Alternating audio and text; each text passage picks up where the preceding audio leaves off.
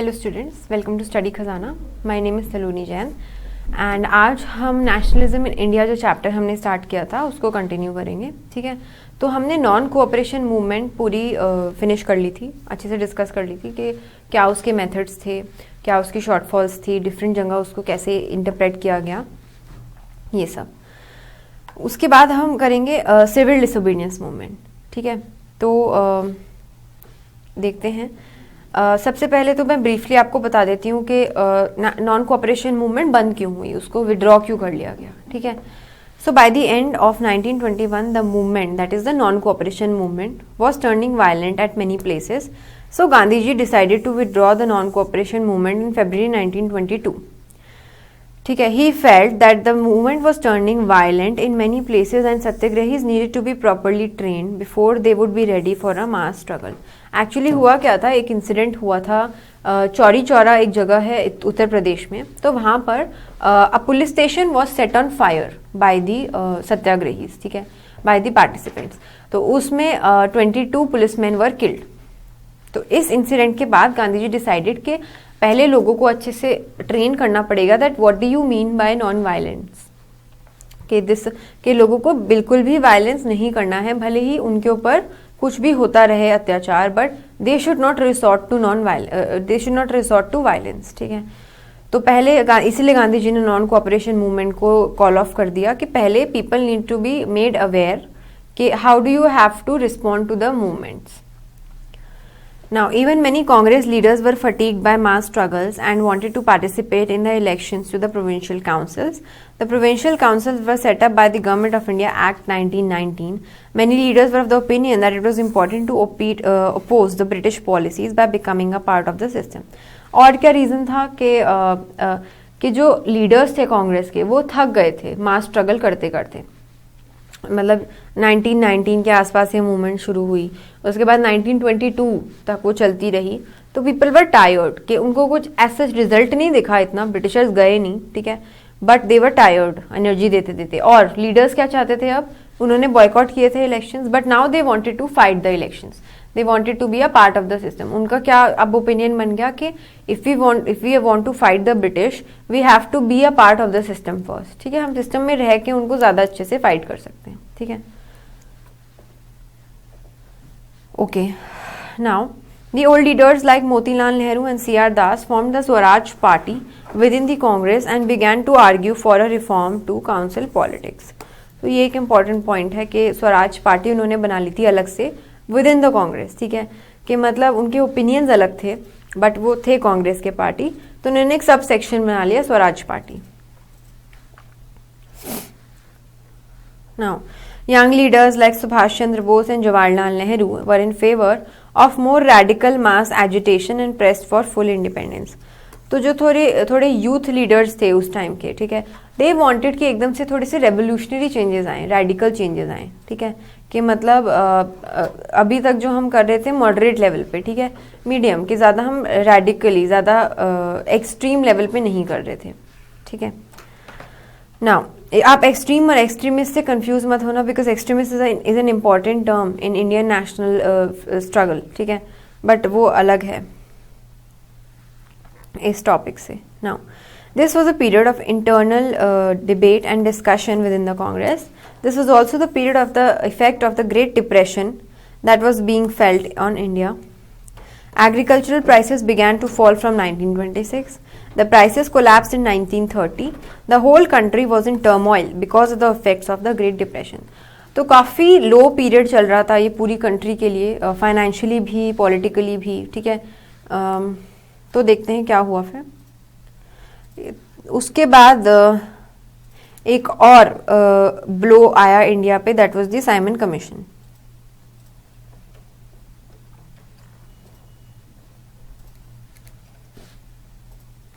तो उसमें देखते हैं क्या था और क्यों अपोज किया था इंडियंस ने इसको।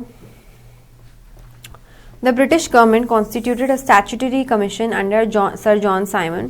तो जो सर जॉन साइमन थे इसके लीडर, तो इसलिए इसका नाम साइमन कमीशन था। The commission was made to look into the functioning of the constitutional system in India and suggested changes. क्या था, जो अभी इंडिया का कॉन्स्टिट्यूशन चल रहा था, ठीक है, क्या उसमें कुछ रिफॉर्म्स चाहिए, क्या उसमें कुछ चेंजेस चाहिए, इसको देखने के लिए ये कमीशन अपॉइंट किया गया था, ठीक है। Now but since all the members of the commission were British, the Indian leaders oppose the commission. उसमें सारे वाइट मेंबर्स थे, सारे ब्रिटिश मेंबर्स थे, एक भी इंडियन को इंक्लूड नहीं किया गया था।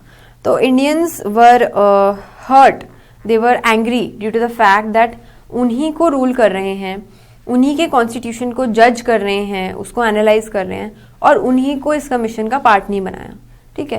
कि मतलब उन्हीं का कोई से नहीं है, उन्हीं का कोई डिसीजन नहीं है उनके कॉन्स्टिट्यूशन में, इंडियंस के कॉन्स्टिट्यूशन में इंडियंस का कोई ओपिनियन काउंट नहीं कर रहा, इसीलिए they oppose this. The Simon commission arrived in India in 1928, please remember this year. It was greeted with black flags with the slogans "Go back Simon" or "Black Flags Be," of course. All parties joined the protest. In October 1929, Lord Irwin announced a vague offer of Dominion status for India, but its timing was not specified. Dominion status का मतलब है कि हम चले, आपको freedom मिल जाएगी, but you will still be a part, a unit of us, ठीक है, डोमिनियन, ठीक है। तो मतलब फुली इंडिपेंडेंट स्टेटस नहीं था, बेसिकली डोमिनियन स्टेटस। तो इतने सारे प्रोटेस्ट के चलते जो तब के वाइसराय थे लॉर्ड इरविन, ठीक है, उन्होंने एक ऑफर दिया शांत करने के लिए इंडियंस को कि we will give you our dominion status in near future. उन्होंने कोई टाइम लिमिट नहीं दी, बस उन्होंने कहा that we will give you the status but in future. He also offered to hold a round table conference to discuss the future constitution. तो ये भी अभी हम आगे टॉपिक करेंगे, आरटीसी राउंड टेबल कॉन्फ्रेंस, ठीक है। कहाँ कहाँ हुई, कितनी हुई, किस किसने पार्टिसिपेट किया। तो बेसिकली क्या था, इंडियंस को इतने ज़्यादा वो एंग्री थे, उनको पैसिफाई करने के लिए, उनको काम डाउन करने के लिए ये सब ऑफर्स दिए गए थे, ठीक है। The radical leaders with in the Congress became more assertive, they were not satisfied with the British proposal. But जो रेडिकल लीडर्स थे, रेडिकल मतलब जो थोड़े यंग लीडर्स थे, अभी हमने ऊपर जो एग्जाम्पल किया सुभाष चंद्र बोस, जवाहरलाल नेहरू, उन्होंने इस ऑफर से they were not come down. The liberals and moderates were in favour of the dominion status but they were losing influence in the Congress. तो जो थोड़े पुराने लीडर्स थे, ठीक है, वो इस ऑफर से सहमत थे डोमिनियन स्टेटस के, बट जो रेडिकल लीडर्स थे वो नहीं थे, ठीक है। तो देखते हैं आगे क्या हुआ। इन दिसंबर 1929, ईयर याद रखिए और जगह, the Lahore session was preceded over by Jawaharlal Nehru. It pass the resolution of पूर्ण स्वराज और फुल इंडिपेंडेंस फॉर इंडिया, ठीक है। तो ये बहुत इंपॉर्टेंट है, कब पास हुआ, कहाँ पास हुआ, क्या रेजोल्यूशन था, पूर्ण स्वराज। पूर्ण स्वराज का मतलब है फुल इंडिपेंडेंस, ठीक है। ये बहुत इंपॉर्टेंट है। It declare 26 January 1930 as Independence Day and gave a call to the people to take a pledge to struggle for complete independence. तो उन्होंने बेसिकली एक प्लेज लिया दैट हम 26 जनवरी 1930 तक we will free our country of Britishers, ठीक है। उन्होंने ये डिसीजन लिया। ऑब्वियसली ऐसा हो नहीं पाया था, but the celebrations attracted little support, ठीक है। अच्छा, एक इंपॉर्टेंट पॉइंट मैं आपको यहाँ बताना चाहूंगी कि ये जो डेट है आपको पता है ऑब्वियसली कौन सी डेट है, the Republic Day of India. So this is the reason कि हमने 26 जनवरी को अपना रिपब्लिक डे चूज किया, बिकॉज ये लाहौर सेशन में इस डेट को चूज किया गया था as full Independence Day achievement day, ठीक है, कि हम इस दिन तक अपना इंडिपेंडेंस अचीव कर लेंगे। तो इसको इंडिपेंडेंस डे मनाने का पहले डिसाइड किया गया था। सो टू कमेमोरेट दैट डेट, ठीक है, इसको वो बनाने के लिए, मेमोरेबल बनाने के लिए हमने इसको रिपब्लिक डे सेलिब्रेट करना शुरू किया। इसी दिन हमारा कॉन्स्टिट्यूशन इन्फोर्स हुआ था।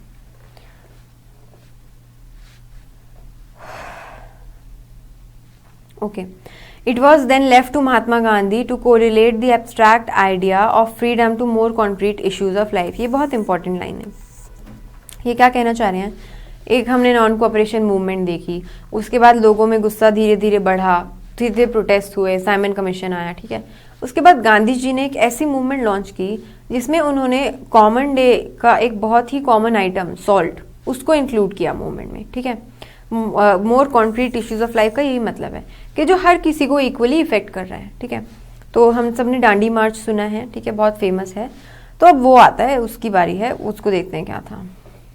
Salt march. Mahatma Gandhi believed that salt could be a very powerful symbol to unite the whole nation.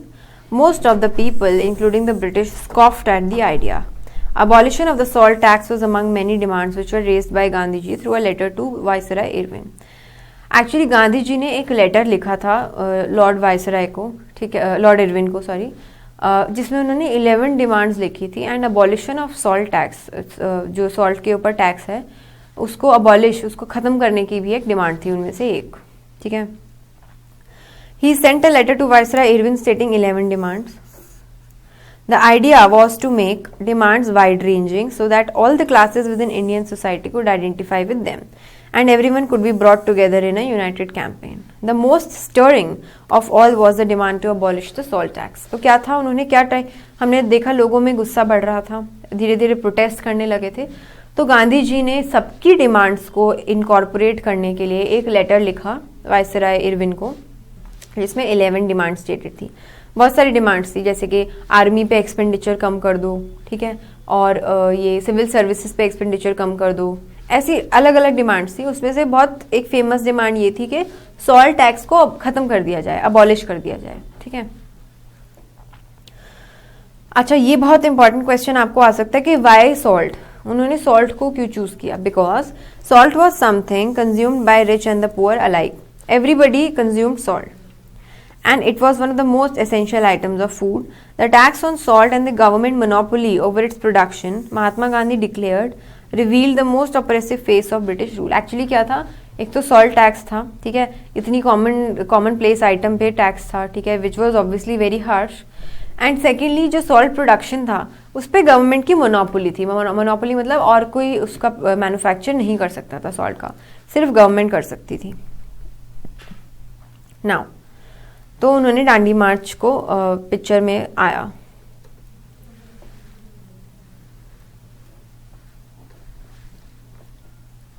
Okay, सो हम देखते हैं डांडी मार्च कब हुआ, कहाँ से स्टार्ट हुआ, कहाँ तक हुआ. द सॉल्ट मार्च और डांडी मार्च was started by Gandhi ji on, please note down the dates, on 12th March 1930. He was accompanied by 70 volunteers. इसकी प्लीज आप डिटेल्स सारी याद रखिएगा, ठीक है. They walked for 24 days to cover a distance of 240 miles from Sabarmati आश्रम, उनका आश्रम था साबरमती आश्रम, to डांडी. ठीक है. Many more people joined them in the way. ठीक है. 78 स्टार्ट किए थे, बट जैसे जैसे वो चलते गए बहुत लोगों ने मूवमेंट को ज्वाइन कर लिया. On 6th April 1930, Gandhi ji ceremonially violated the law by taking a fistful of salt, manufacturing salt by boiling sea water. तो अभी मैंने आपको क्या बताया था कि अभी तक गवर्नमेंट का ही राइट था सॉल्ट मैन्युफैक्चर करने का, बट डांडी मार्च का जब एंड हुआ तो गांधी जी ने इस लॉ को ब्रेक किया. कैसे? उन्होंने सॉल्ट वाटर से सी वाटर से सॉल्ट को मैन्युफैक्चर किया बाय बॉइलिंग सी वाटर. ठीक है. Now the salt march marked the beginning of the civil disobedience movement. ये बहुत इंपॉर्टेंट पॉइंट है. ठीक है. इसी के साथ जैसे डांडी मार्च हुआ उसी के खत्म होते ही civil disobedience movement it launched, marked the launch of the civil disobedience movement. Now the salt march marked the beginning of the civil disobedience movement. It marked the launch हो गई civil disobedience movement. People were now asked not only to refuse cooperation with the British as they had done in 1922 but also to break the colonial laws. अब याद करो non cooperation movement मैंने आपको क्या पढ़ाया था कि they were asked not to cooperate with the British. अब इससे एक स्टेप आगे जाने को कहा गया लोगों से नॉन सिविल डिसोबीडियंस मूवमेंट के कि you have to break the laws. Cooperate तो करना ही नहीं है ब्रिटिशर्स के साथ, उनके लॉज भी ब्रेक करने हैं. ठीक है. तो वो जो बॉयकॉट और ये सब था, ये सब तो है ही है. Now non payment of taxes, non payment of revenues, ये सब भी ऐड हो गया. ठीक है.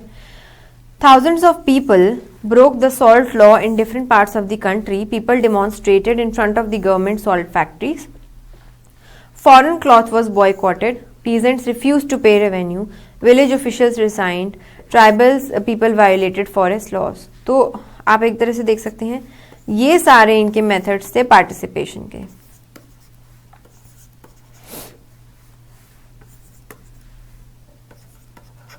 ये बहुत इंपॉर्टेंट है कि लोगों ने कैसे फिर पार्टिसिपेट किया. बॉयकॉट, रेसिग्नेशन ये पहले भी था तो ये अभी भी इन्होंने किया. अब इन्होंने नया क्या किया, एक तो सॉल्ट मैन्युफैक्चर करना स्टार्ट कर दिया, ठीक है, एक तरह से लॉ ब्रेक कर रहे हैं वो ब्रिटिशर्स का। पीजेंट्स ने रेवेन्यू देने से मना कर दिया। उसके बाद ट्राइबल पीपल ने फॉरेस्ट लॉस को वायलेट करना शुरू कर दिया, एटसेट्रा, ठीक है।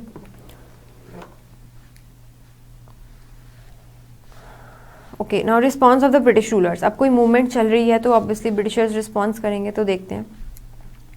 द कॉलोनियल गवर्नमेंट, मतलब British government, began to arrest the Congress leaders. This led to violent clashes in many places. ठीक है, Mahatma Gandhi was arrested. About a month later, people began to attack the symbols of British rule, such as police posts, municipal buildings, law courts, railway stations, etc. The government suppression was quite brutal. ठीक है, movement काफी ज्यादा strong हो गई थी, तो बहुत violently British government ने रिएक्ट किया। Even women and children were beaten up. About 1 lakh people were arrested. ठीक है, तो ये काफी बड़ा नंबर है। नाउ आरटीसी मैंने आपको इंट्रोड्यूस किया था टॉपिक, तो वो देखते हैं, राउंड टेबल कॉन्फ्रेंस, ठीक है। ये लंदन में हुई थी, ठीक है। When things began to take a violent turn, Mahatma Gandhi called off the movement. जैसे नॉन कोऑपरेशन में हुआ था कि जैसे मूवमेंट वायलेंट हो गई, Gandhi ji called off the movement, ऐसे ही इसमें भी उन्होंने मूवमेंट को विड्रॉ कर लिया। He signed a pact with Irwin, जिसको हम कहते हैं Gandhi Irwin pact. Please date याद रखिएगा, 5 March 1931। This was called the Gandhi Irwin pact. इस पैक्ट में क्या था? As per the pact, Gandhi ji agreed to participate in the RTC in London. In lieu of that, the government agrees to release the political prisoners. तो क्या था कि जितने भी लोगों को अरेस्ट किया था, ठीक है, इस पैक्ट में डिसाइड किया था कि गांधी जी एक तो आरटीसी अटेंड करेंगे। गांधी जी की तरफ से ये अग्रीमेंट था, और ब्रिटिशर्स की तरफ से क्या अग्रीमेंट था कि they will release all the arrested political prisoners. तो वो गए थे आरटीसी अटेंड करने, बट कोई भी उसका सोल्यूशन नहीं निकला, कोई भी उसका बेनिफिट नहीं हुआ। Gandhiji went to London in December 1931 to attend the Roundtable Conference. The negotiations broke down and Gandhiji had to return with disappointment. ठीक है, उनकी डिमांड्स को as such नहीं माना गया। Now when Gandhiji came back to India, he found that most of the leaders were in jail. Congress had been declared illegal. Many measures were taken to prevent meetings, demonstrations and boycotts. Mahatma Gandhi relaunched the civil disobedience movement, but by 1934 the movement had lost its momentum. तो ये जो basically ये paragraph है, ये आपको बता रहा है रीलॉन्च ऑफ द मूवमेंट, ठीक है, कि गांधी जी जब लंदन से वापस आए राउंड टेबल कॉन्फ्रेंस अटेंड करके, ठीक है, तो कांग्रेस को इलीगल डिक्लेयर कर दिया गया था। बहुत सारे लीडर्स जेल में थे, मीटिंग्स, डेमोन्स्ट्रेशंस, इनके ऊपर भी रोक लग गई थी काफ़ी ज़्यादा। तो गांधी जी ने क्या किया, सिविल डिसोबीडियंस को दोबारा लॉन्च कर दिया, बट इस टाइम वो इतनी ज़्यादा सक्सेसफुल नहीं हो पाई, ठीक है। 1934 में वो दोबारा से बंद हो गई, ठीक है। अब जैसे हमने नॉन कोऑपरेशन का किया था कि कैसे डिफरेंट लोगों ने नॉन कोऑपरेशन मूवमेंट को परसीव किया, वैसे हम देखते हैं कि कैसे सिविल डिसोबीडियंस को डिफरेंट लोगों ने परसीव किया।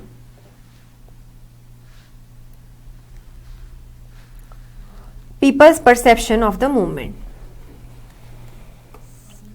फर्स्ट हम देखते हैं रिच पीजेंट कम्युनिटी, इन्होंने कैसे इसको इम्प्लीमेंट किया, कैसे इसको इंटरप्रेट किया।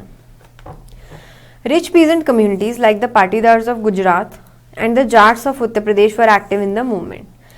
As their cash income disappeared, they found it difficult to impossible to pay the government's revenue demand. These rich peasants became enthusiastic supporters of the civil disobedience movement. They wanted the government to reduce the revenue. तो rich peasants की basically क्या demand थी इस movement से कि उनका जो high revenue उनको पे करना पड़ रहा है गवर्नमेंट को, वो कम हो जाए, वो डिक्रीज हो जाए। पुअर पीजेंट्स की क्या डिमांड थी? For the farmers, the fight for Swaraj was a struggle against high revenues. Again, when the movement was called off in 1931, without the revenue rates being revised, the farmers were highly disappointed. तो इनकी भी basically यही demand थी कि इनको जो high tax, high revenue पे करना पड़ता है वो कम हो जाए, ठीक है। अब 1931 में जब मूवमेंट पहली बार विड्रॉ हुई थी तो obviously they were very disappointed, क्योंकि रेवेन्यूज का कुछ किया नहीं गया था, उनको कम नहीं किया गया था। Many of them refused to participate when the movement was relaunched in 1932. क्योंकि पहली बार जब मूवमेंट लॉन्च हुई तो उनको कोई फायदा नहीं हुआ, इसलिए जब गांधी जी ने रीलॉन्च की मूवमेंट लंदन से आने के बाद, तो बहुत सारे पीजेंट्स ने पार्टिसिपेट नहीं किया, ठीक है। The small tenants just wanted the unpaid rent to the landlord to be remitted, मतलब स्मॉल टेनेंट्स मतलब जो भी किराएदार थे, ठीक है, या फिर जो भी लैंड पे काम करते थे, फार्म्स पे काम करते थे किसी और के, ठीक है, जमींदार के फार्म पे, वो चाहते थे कि जितना भी उनका अनपेड रेंट है वो रिमिट हो जाए, रिमिट मतलब माफ हो जाए, ठीक है। They often joined the radical movements which were led by socialist and communist. Congress did not want to alienate the rich landlords and hence the relationship between the poor peasants and the Congress was uncertain. क्या था कि एक तरफ rich peasants की demand थी, एक तरफ उन्हीं के नीचे रिच पुअर पीजेंट्स की डिमांड थी। तो कांग्रेस यूजुअली रिच पीजेंट्स की तरफ ज़्यादा इंक्लाइंड थे, ठीक है, तो इसलिए पुअर पीजेंट्स के साथ उनका जो रिलेशनशिप था वो काफ़ी अनसर्टेन रहा। बिजनेसमैन देखते हैं, बिजनेसमैन ने इस मूवमेंट में क्या इंटरप्रेट किया।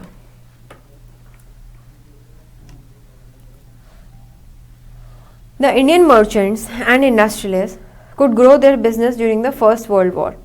They were against those colonial policies which restricted their business activities.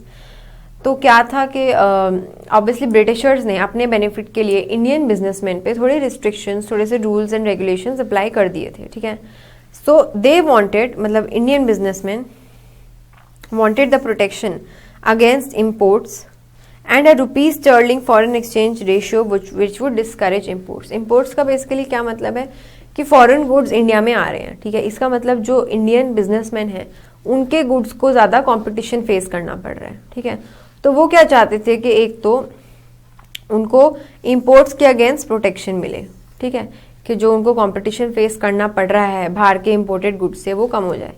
और वो क्या चाहते थे कि रुपी स्टर्लिंग जो मतलब फॉरेन एक्सचेंज का रेट है वो थोड़ा ऐसा स्टेबल हो कि इंपोर्ट्स कम हो जाएं और एक्सपोर्ट्स बेसिकली बढ़ जाएं, ठीक है। अगर रुपी की वैल्यू ज़्यादा बढ़ जाएगी, ठीक है, या फिर बाहर अगर एक करेंसी की वैल्यू ज़्यादा बढ़ जाएगी तो जो इंपोर्ट्स हैं वो महंगे हो जाएंगे और कम हो जाएंगे। वो ये चाहते थे कि करेंसी की वैल्यू ऐसे सेट हो जाए कि इंपोर्ट्स महंगे हो जाएं, इसलिए वो कम हो जाए। The Indian Industrial Commercial Congress was formed in 1920 and the Federation of the Indian Chamber of Commerce and Industry was formed in 1927. These were the results of attempts to bring the common business interests on a common platform. They gave financial assistance and refused to buy or sell imported goods. ठीक है, तो ये bodies बनी थी businessman के लिए, basically Indian businessman के लिए, उनको मॉनेटरी सपोर्ट देने के लिए, मनी सपोर्ट देने के लिए, और to oppose the buying and selling of imported goods. For the businessman swaraj meant an end to oppressive colonial policies. Again देखिए, जैसे हमने नॉन कोऑपरेशन में किया था कि लोगों ने अपनी अलग अलग डेफिनेशन बना ली थी स्वराज की, ऐसे इसमें भी डिफरेंट डिमांड्स थी। तो बिजनेसमैन क्या चाहते थे कि जो ऑपरेसिव कॉलोनियल पॉलिसीज हैं उनके बिजनेस के लिए हार्म कर रही हैं जो उनको, वो खत्म हो जाए। They wanted an environment which could allow the business to flourish. They were apprehensive of militant activities and of growing influence of socialism among the young members of the Congress. Militant basically थोड़ी सी violent activities, ठीक है, तो वो नहीं चाहते थे कि ऐसा हो। Industrial workers, अभी हमने किया businessmen, अब हम देखते हैं जो फैक्ट्री वर्कर्स थे उनकी क्या डिमांड्स थी, उनकी क्या परसेप्शन थी सिविल डिसोबीडियंस मूवमेंट को लेके। The industrial workers showed a lukewarm response to the civil disobedience movement. Lukewarm मतलब not very strong, ठीक है।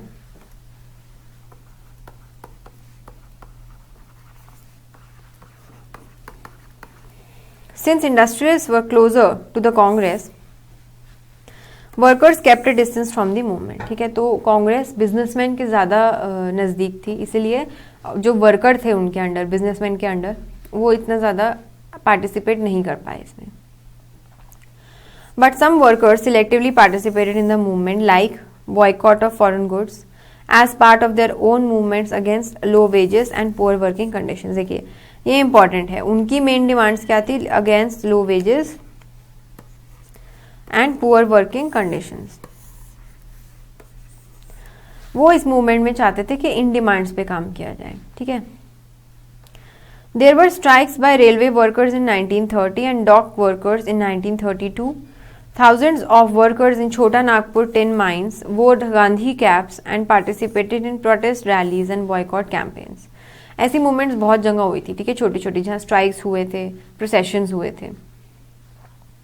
However, Congress did not want to alienate the industrialists and hence preferred to keep the workers' demands at bay. Again, Congress जो थी वो businessman के ज़्यादा close थी, industrialist के ज़्यादा क्लोज थी, इसलिए वर्कर्स की डिमांड पे उन्होंने इतना फोकस नहीं किया. ठीक है. अच्छा, ये बहुत इंपॉर्टेंट टॉपिक है, वुमेन्स पार्टिसिपेशन इस मूवमेंट में. विमेन क्या पार्टिसिपेशन था, किस लेवल पे था, देखते हैं. Women also participated in civil disobedience movement in large numbers during Gandhi ji salt march. They came, thousands of women came out of their homes to listen to him. They participated in protest marches, manufactured salt and picketed foreign cloth and liquor shops. तो इन्होंने भी इस movement में large level पे participate किया. Many went to jail. However, most of the women were from high caste families in the urban areas and from rich peasant households in the rural areas. But for a long time, the Congress was reluctant to give any position of authority to women within the organization. The Congress was just keen on the symbolic presence of the women. तो ये एक important question आ सकता है value based कि इस line पे कि the Congress was just keen on the symbolic presence of the women. ठीक है, analyze. इसका मतलब क्या था कि even though women folk ने participate किया, ठीक है, सिविल डिसोबीडियंस मूवमेंट में, बट इट वाज सिंबॉलिक. ठीक है, बहुत ज़्यादा डायरेक्ट पार्टिसिपेशन नहीं हो पाया क्योंकि कांग्रेस नहीं चाहते थे उनको कोई इंपॉर्टेंट पोजीशन देना अभी. They were not ready. ठीक है, इट वॉज रिलक्टेंट मतलब hesitant to give any position of authority. अभी तक मेल फोक ही मेन फ्रंट उसमें था, फोर फ्रंट में. ठीक है, अभी भी वही चाहते थे कि मेल फोक ही रहें, वुमेन फोक ना आए फ्रंट में.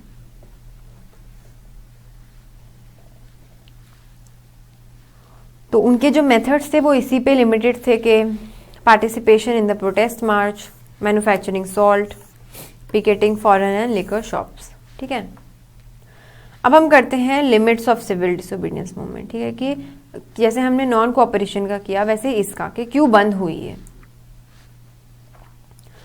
First, participation of Dalits. Dalits basically उस टाइम जिनको लोअर कास्ट जिनको कहा जाता था उसके बारे में बोल रहे हैं.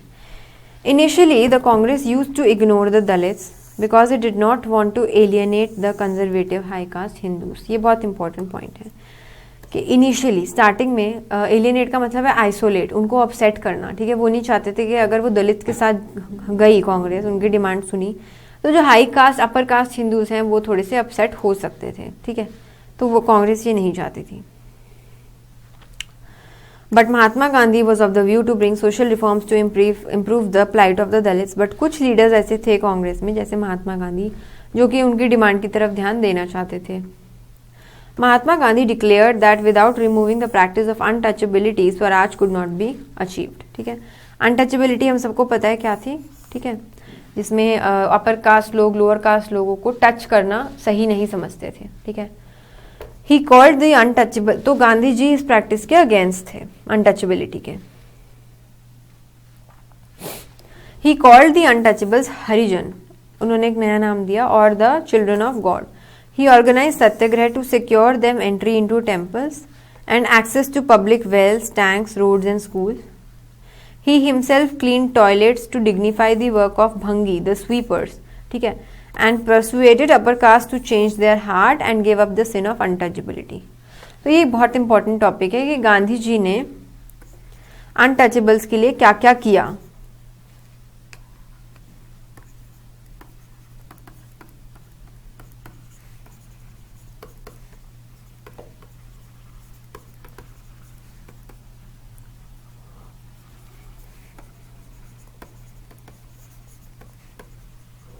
ये आपको एज इट इज़ क्वेश्चन आ सकता है कि what was Gandhi ji's contribution towards the upliftment of Dalits. तो ये सारे आप पॉइंट्स उसमें लिखेंगे कि सबसे पहले तो उन्होंने उनको एक नया नाम दिया. ठीक है, चिल्ड्रन ऑफ गॉड. देन उन्होंने सत्याग्रह ऑर्गेनाइज किए उनको टेम्पल्स में एंट्री दिलाने के लिए. दलित्स को टेम्पल्स में एंट्री अलाउड नहीं थी. उसके बाद जितने भी जनरल पब्लिक के लिए वेल्स, टैंक्स, रोड्स वगैरह थे, दलित्स को वो यूज़ करने की परमिशन नहीं थी, उनके लिए अलग से थे. उसके लिए उन्होंने ऑर्गेनाइज किया. एंड उन्होंने ये जो जिनको लो लेवल जॉब्स माना जाता था वो खुद की, जैसे cleaning of toilets, to dignify मतलब डिग्निटी ऑफ लेबर, इस चीज़ को उन्होंने फोकस किया। और उन्होंने persuaded the upper caste to change their heart and give up the sin of untouchability, लोगों को कन्विंस करने की कोशिश की that you should give up untouchability. Now many Dalit leaders wanted a different political solution to the problem of the Dalit community. They demanded reserved seats in the education institutions and separate electorate for the Dalits. Dalits participation in civil disobedience movement was limited. So वो क्या चाहते थे Dalits की, क्योंकि उनको अलग रखा गया है इसीलिए उनके लिए एक तो एजुकेशनल इंस्टीट्यूट्स में सीट्स रिजर्व्ड हो और सेपरेट इलेक्टोरेट का मतलब है वोटर्स, उनका जो वोटर बेस है, वोटर पॉपुलेशन है, वो भी अलग हो।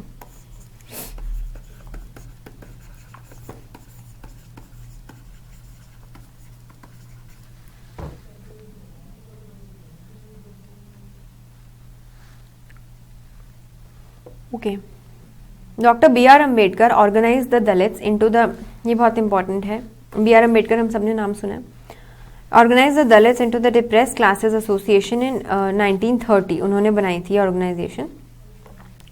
He clashed with Mahatma Gandhi during the second round table conference on the issue of separate electorates for Dalits. तो गांधी जी नहीं चाहते थे कि दलित्स को सेपरेट इलेक्टोरेट मिले। वो क्यों नहीं चाहते थे? बिकॉज अगर सेपरेट इलेक्टोरेट मिल जाता तो पॉपुलेशन बढ़ जाती सेक्शंस में, ठीक है, इनको अलग वोट मिलते, इनको अलग, ये अलग, जैसे जो सेपरेट इलेक्टोरेट है, सेपरेट पॉपुलेशन है, वो अलग वोट करती, जनरल पॉपुलेशन अलग वोट करती, तो बहुत बड़ी डिविजन हो जाती सोसाइटी में।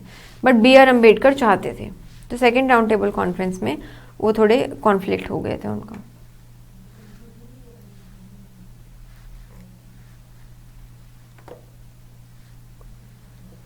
When the British government conceded to Ambedkar's demand, Gandhi ji began a fast unto death. अनशन पे बैठ गए। Finally, Ambedkar had to accept Gandhi ji's position. This resulted in signing of the Poona pact. ये please आप याद रखिए, सितंबर 1932 में ये साइन हुआ था। क्या था इसमें? It made the provision for reserved seats for depressed classes in the provincial and legislative central legislative councils, but the voting was to be done by the general electorate. मतलब सेपरेट इलेक्टोरेट नहीं मिलेगा दलित्स को, but उनके लिए central और provincial legislative council में seat reserve हो जाएंगी, ठीक है। तो मतलब उनको कुछ रिजर्व सीट मिल गई, बट पॉपुलेशन जो है वो जनरल पॉपुलेशन उनको वोट करेगी, उनके लिए अलग से इलेक्टोरेट नहीं बनेगा। So this was the Poona pact. Now Muslim participation. After the decline of the non-cooperation खिलाफत movement, a large section of Muslims became alienated from the Congress. क्योंकि खिलाफत नॉन कोऑपरेशन मूवमेंट एकदम से खत्म हो गई थी, तो मुस्लिम्स ने इसमें इतना पार्टिसिपेट नहीं किया और वो कांग्रेस से थोड़ा अलग हो गए थे। From the mid 1920s, the Congress was more visibly associated with the Hindu religious nationalist groups. तो नॉन कोऑपरेशन मूवमेंट के खत्म होने के बाद कांग्रेस भी मुस्लिम से थोड़ा दूर हो गई और हिंदू से थोड़ा ज्यादा क्लोज होने लगी। The Congress and the Muslim League tried to renegotiate an alliance. Muhammad Ali Jinnah was an important leader of the Muslim League. I think Jinnah का नाम सबने सुना ही है, ठीक है। He was willing to give up the demand for separate electorate, but he wanted reserved seats for the Muslims in the Central Assembly. जैसे दलित चाहते थे वैसे इनकी भी डिमांड थी कि हमें सेपरेट इलेक्टोरेट मिल जाए, और अगर सेपरेट इलेक्टोरेट नहीं मिल रहा तो हमारे लिए सीट्स रिजर्व हो जाए, ठीक है।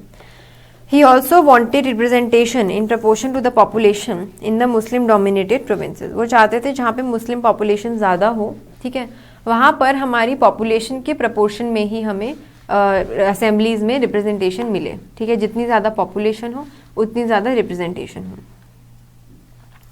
At the All Parties Conference in 1928, M.R. Jaikar of the Hindu Mahasabha strongly opposed the efforts at the compromise. This further alienated the Muslims from the Congress. तो उनकी डिमांड्स नहीं मानी गई, ठीक है, मुस्लिम्स की।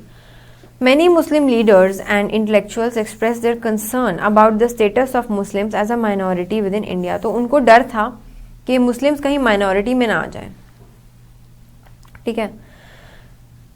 They feared that the culture and identity of minorities would be submerged under the domination of a Hindu majority. उनको क्या डर था कि अगर हमें रिप्रेजेंटेशन नहीं मिली प्रॉपर तो कहीं हमारा जो कल्चर है, हमारी पॉपुलेशन है, वो माइनॉरिटी में ना आ जाए. इसीलिए वो थोड़े सिविल डिसोबीडियंस मूवमेंट में एक्टिवली पार्टिसिपेंट नहीं थे. ठीक है. So this is it for today's lecture. In the next topic, I'll be discussing the remaining topics, sense of collective belonging in nationalism, and I'll be discussing some questions of this chapter. ठीक है. So thank you for watching, and we'll be back with the next lecture soon. Thank you.